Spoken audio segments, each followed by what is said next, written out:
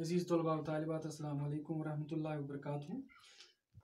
जैसा कि आपको पता है कि हम सबक नंबर 11 सबक का नाम APJ अब्दुल कलाम वही पढ़ रहे हैं। तो आज हम इसका आखिरी हिस्सा पढ़ रहे हैं।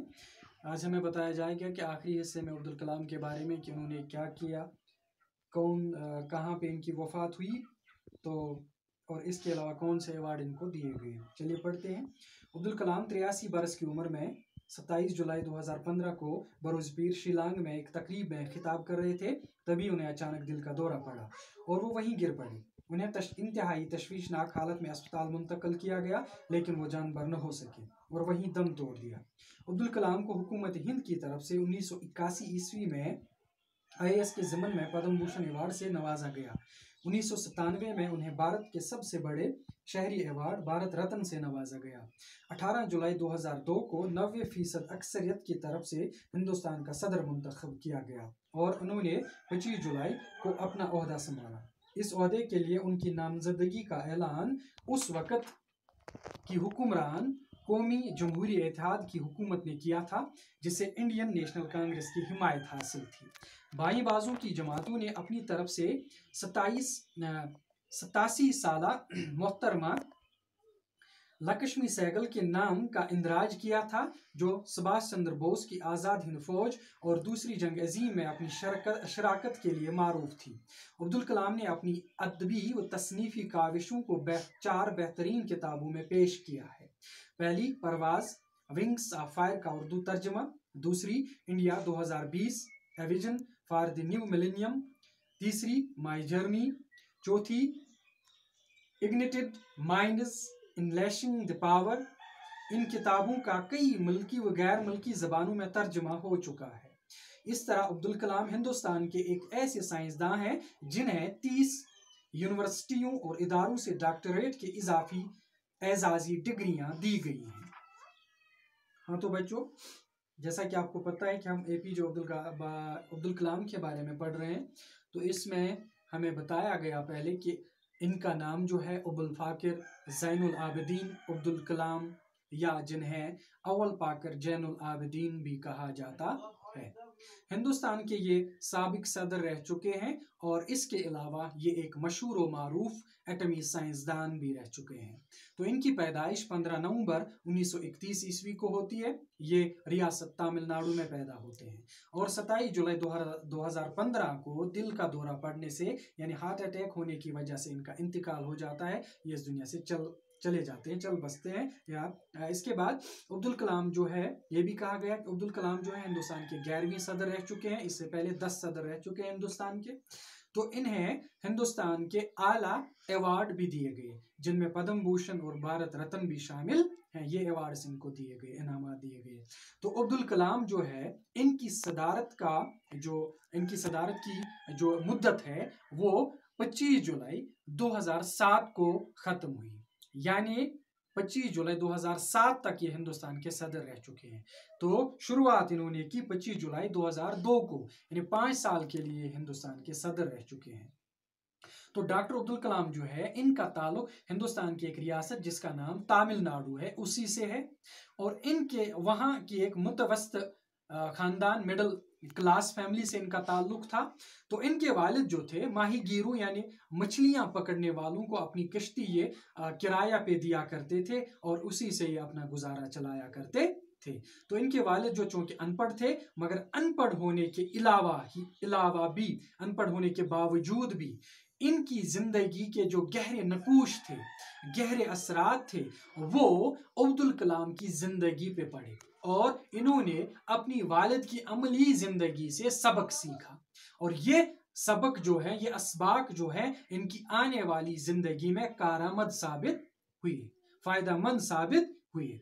तो इनकी जिंदगी में गुर्बत की हालत ये थी, गुर्बत का आलम ये था कि इब्तिदाई तालीम के दौरान अब्दुल कलाम जो है, ये अपने इलाके में अखबारात बेचा करते थे और ये भी हमने पढ़ा कि इन्होंने चेन्नई इंस्टीट्यूट ऑफ टेक्नोलॉजी से इन्होंने खलाई साइंस में ग्रेजुएशन हासिल की। इसके बाद इन्होंने एक ऐसे मंसूबे, बहुत बड़े मंसूबे पे काम किया। ये दिफाई तहकीकाती इदारा था हिंदुस्तान का, तो वहीं पे इन्होंने काम किया। वहां पे इन्होंने पहला सैटेलाइट तैयारा बनाया, वहां पे इन पे काम हो रहा था। तो इसको जब लॉन्च किया गया तो इसकी लॉन्चिंग में भी अब्दुल कलाम ने ऐसी खिदमात अंजाम दी कि इसको हमेशा याद रखा जाएगा। और इसके अलावा यह भी पढ़ा कि एसएलवा की लॉन्चिंग में इन्होंने प्रोजेक्ट डायरेक्टर के ओहदे के तौर पर ऐसा काम किया जो हमेशा याद रखा जाएगा। तो अब्दुल कलाम जो है 1974 ईस्वी को इन्होंने हिंदुस्तान का पहला एटमी तजुर्बा किया। इन्होंने हिंदुस्तान का पहला एटम बम बनाया। इन्होंने हिंदुस्तान में पहला एटमी तजुर्बा किया। इसकी वजह से, यह तजुर्बा करने की वजह से इन्हें हिंदुस्तान का मिसाइल मैन कहा जाता है। इनको मिसाइल मैन के नाम से याद किया जाएगा, मिसाइल मैन का नाम इन्हें दिया गया। तो फिर इसके बाद ये थे इनके कारनामे। इसके बाद जो है, इसके बाद हिंदुस्तान के ये 11वीं सदर मुंतखब किए गए और उन्हें 89% वोट्स मिले। 89% वोट इन्हें मिले और इनके मद मुकाबिल इनकी एक वाहिद खातून जो थी जिनका नाम लक्ष्मी सहगल था, इन्होंने इसको शिकस्त दी, यानी हरा दिया और ये हिंदुस्तान के 11वीं सदर रह चुके। 11वीं सदर के तौर पे इन्हें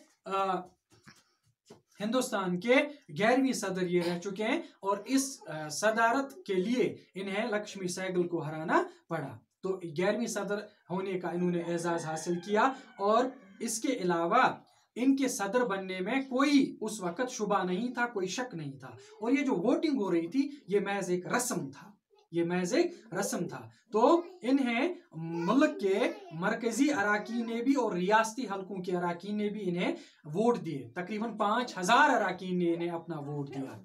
तो अब्दुल कलाम जो है 83 बरस की उम्र में, 83 ईयर्स में जो है, ये 27 जुलाई उस वक्त डेट क्या थी जब 83 ईयर्स एज इनकी थी, उस वक्त 27 जुलाई 2015 बरोज पीर यानी मंडे को शिलांग यानी मेघालय में ये एक तकरीब से खिताब कर रहे थे, स्पीच दे रहे थे। तो तभी इन्हें दिल का दौरा पड़ जाता है, तभी इनको हार्ट अटैक आ जाता है और ये हार्ट अटैक की वजह से वहीं पे गिर पड़ते हैं और इन्हें इंतहाई तशवीशनाक हालत में, इंतहाई परेशान कुन हालत में इन्हें अस्पताल में मुंतकिल किया जाता, इन्हें अस्पताल में दाखिल किया जाता है, अस्पताल में एडमिट किया जाता है। और अफसोस वहां पे ये बच नहीं सके, जानबर न हो सके, यानी बच नहीं सके, इस बीमारी से ये बच नहीं सके और वहीं पे ये दम तोड़ देते हैं, वहीं पे इनका इंतकाल हो जाता है, यानी अस्पताल में इनका इंतकाल हो जाता है 83 साल की उम्र में। ये याद रखना, 83 साल की उम्र में 27 जुलाई 2015 को दिल का दौरा पड़ने से इनका इंतकाल हो जाता है।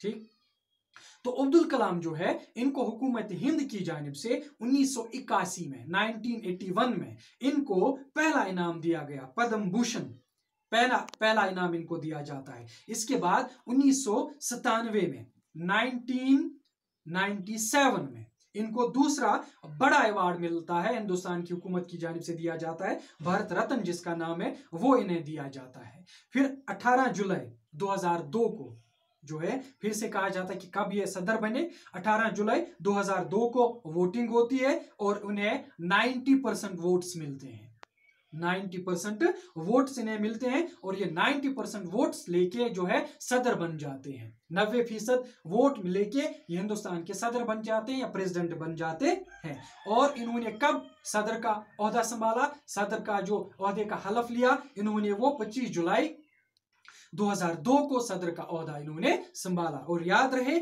ये ओहदा इनका 25 जुलाई 2007 तक कायम रहता है, इसके बाद ये सबकदोश हो जाते हैं। तो इस तरह ये 5 साल तक हिंदुस्तान के सदर रह चुके हैं।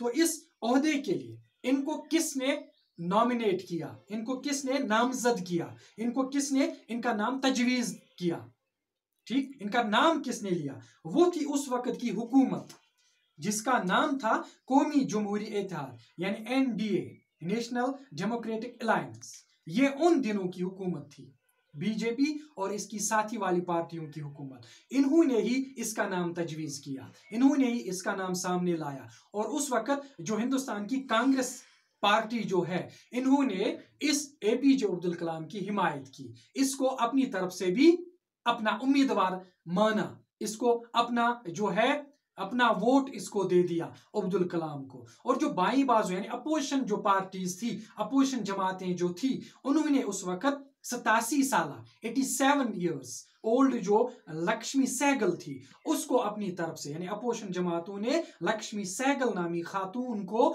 नामजद किया, उसी का नाम वो सामने ले आई। बात समझ में आई। और ये लक्ष्मी सहगल कौन थी? ये थी सुभाष चंद्र बोस, जो कि हिंदुस्तान के एक नामवर तहरीक आज़ादी के एक लीडर थे, जिन्होंने एक आर्मी बनाई थी, जिन्होंने एक फौज बनाई थी जो अंग्रेजों के खिलाफ लड़ रही थी। तो इसी आज़ाद हिंद फौज में लक्ष्मी सहगल ने भी शमूलियत इख्तियार की थी और दूसरी जंग अजीम यानी सेकंड वर्ल्ड वार जो थी उसमें भी इन्होंने शिरकत की थी। इसीलिए ये इतनी मशहूर और मारूफ थी, इसीलिए ज्यादा लोग इसे पहचानते थे।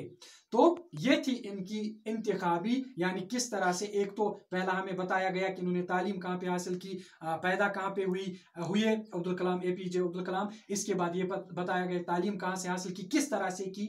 इसके बाद बताया गया कि हिंदुस्तान के लिए उन्होंने क्या किया, मिसाइल बनाए। इसके बाद इनको मिसाइल मैन के नाम से याद किया जाने लगा। इसके बाद ये कहा गया कि इनको सदारत के ओहदे के लिए जो है नामजद किया गया, सदर बनाया गया, किस पार्टी ने बनाया, नामजद किया, किस पार्टी ने अपना वोट दिया और इसके मद्देमुकाबिल कौन से उम्मीदवार खड़े किए गए, ये बताया गया। अब इसके बाद इन्होंने इनकी जो है तसानीफ की जानिब आते हैं, जो इन्होंने अपने कलम से यानी कलम जो इनका था, अपने कलम से कौन कौन सी किताब इन्होंने तहरीर की, इन्होंने कौन कौन सी किताबें लिखी।